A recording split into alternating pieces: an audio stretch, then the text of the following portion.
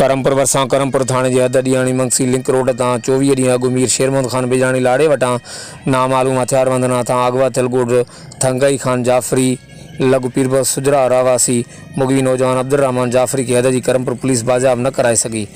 अगवा वाक़े मुलविज़ वारनि मुगवी जे वारसनि के फ़ोन करे मुगवी जे रिहाई जे एवज़ वारसनि खां 70 लख भुंग तलब करे वरितो। वारसनि मूजिब ग़रीब आहियूं, भुंग नथा ॾेई सघूं। वस वारा नोटिस वठी मुगवी के बाज़ाब कराइनि। ॿिए तरफ़ मुगवी जे वारसनि जेटीन वेब न्यूज़ सां ॻाल्हि ॿोल कई आहे। अचो त ॾिसूं था। मौजूदु आहियूं नापरकोट थाने जे ॻोठ थंगई खान जाफरी में मुगवी अब्दुल रहमान जाफरी जे वारसनि सां।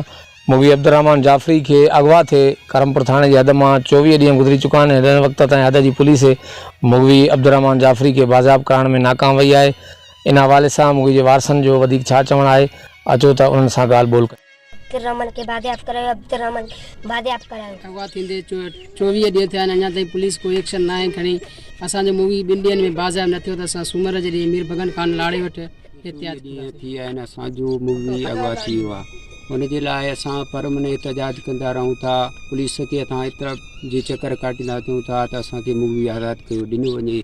न ॾियण जी सूरत में असां वस वारनि खे अपील था कयूं त असांखे मुगवी आज़ादु कयो वञे। न ॾियण जी सूरत में असां 2 तारीख़ मीर भगन खान बिजारण ते जाफरी 16 तारीख़ ते PS करमपुर खां तक़रीबन उत्तर तरफ़ 2 किलोमीटर जे मुफ़ासिले ते 1:30 बजे अगवा थी वियो।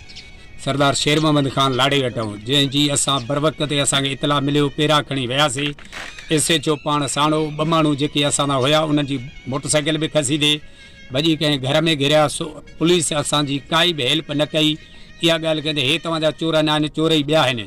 बहरहाल सुबुह जो असांखे ख़बर पए त चोर ई तव्हांजा इहे हुया, कुझु विया जेके मुगवी खे खणी। असां 2 दफ़ा 3 दफ़ा एहतजाज कयोसीं, थाणे जा चकर काटियासीं, बहरहाल रिज़ल्ट को निकितो। 21 तारीख़ ते असां इंडस हाईवे के मीर भगन खान लाड़े वटि मुख़्तलिफ़ तनज़ीमनि जा अॻुवान साण हुया जेको असां रोड ब्लॉक कयोसीं। उते आयो आहे सिजाद शाहानी PSO, DSP सरदार चांडियो, SHO मुगल साहब, ॿिया कुझु आया। उन्हनि चयो त बाबा असां तव्हांखे हफ़्ते जे अंदरि मुगवी बाज़ाब कराए ॾींदासीं, तव्हां रोड खोलियो। उन हफ़्ते खे तक़रीबन 15 ॾींहं गुज़रिया। हिन टाइम ताईं जेको मेन जवाबदार आहे उस ताईं वञी न सघियो। 21 तारीख़ ते असां मेन जवाबदार खे शबीराबाद थाणे जे हद मां पाण वञी गिरफ़्तार करे ॿधी पेटियुनि में लिकियल उतां घर जे अंदरों पेटियूं भञी उनखे कढी असांखे पुलिस खे ॾिनोसीं। उन पुलिस उन्हनि खां तफ़्तीश करे जेके नाला वरिता उहे नाला बि ज़ाहिर थी विया। बहरहाल SHO तक़रीबन 2 किलोमीटरनि जे मुफ़ासिले ते कचे में बि न आहिनि, पके में वेठा आहिनि। उहे जवाबदार उन जवाबदारनि वटि रेड करण जे लाइ तयारु कोन्हे। मुख़्तलिफ़ बहाना ॻोल्हे थो। अॼु मूंखे चइनि को ॾह, अॼु मुंहिंजी APC कान्हे, अॼु फलाणे जाइ ते रेड ते वियासीं। मुख़्तलिफ़ अहिड़ी क़िस्म जूं जेके हरकतां कंदो अचे थो। वञी उन जे जाइ ते ॿिया ग़रीब जेके बि आहिनि उन्हनि जा वञी ॿार खणे थो, माण्हू ॿधे थो। उन्हनि खां 5 रुपया वठी ॾेती लेती दुकानदारी वारो हिसाब कई बीठो आहे। मेन जवाबदारनि ताईं वञी नथो सघे। असांजो हाणे इहो ई आहे मुतालबो त पंहिंजे सरदार मीर महबूब अली खान बिजाराणी, मीर शबीर अली खान बिजाराणी, SP कशमोर समूह खान साहब खां, DIG लाड़काणे वारनि खां, वस वारनि खां इहा ई अपील आहे त जेकॾहिं असांजी मुगवी 2 ॾींहंनि में बाज़ाब थियो त ठीकु आहे। अगरि जेकॾहिं बाज़ाब न कराए वियो त असां सूमर जे ॾींहुं 10 तारीख़ ते मीर भगन खान बिजारनि जे लाड़े वटि इंडस हाईवे ते धरणियूं हणी एहतजाज करे वेही रहंदासीं। जेसिताईं असांजी मुगवी बाज़ाब न थींदो तेसिताईं असां रोड कोन खोलींदासीं। जिनाज़िन मुगवी अब्दुल रहमान जाफरी जे वारसनि जो चवणो त मुगवी खे गुज़िरियल महीने 14 तारीख़ करमपुर थाणे जी हद ॾियाणी मंगसी लिंक रोड मीर शेरमंद खान बिजाणी लाड़े वटां नामालूम हथियारबंदनि पारां जेको आहे त अगवा कयो वियो हो।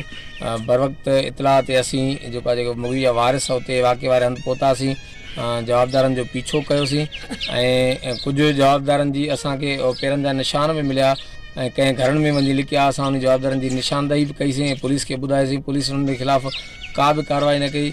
जीअं सिलसिलो वधंदो रहियो ऐं जवाबदार जेके हुया उन वाक़े में मुलविज़ हुया उन्हनि जा जेके नाला हुआ उहे खुली करे साम्हूं अची विया। असां उहो पुलिस खे ॿुधायासीं। पुलिस जेको आहे त उते कार्रवाई बि कई ऐं हिकु जेको मेन जवाबदार हो पुलिस खे असां जेको आहे त उते पुलिस सां गॾु वञी उन जवाबदार खे हथु करे पुलिस जे हवाले कयोसीं। पुलिस जो त असां उन खां जेको आहे त जांच कयूं था।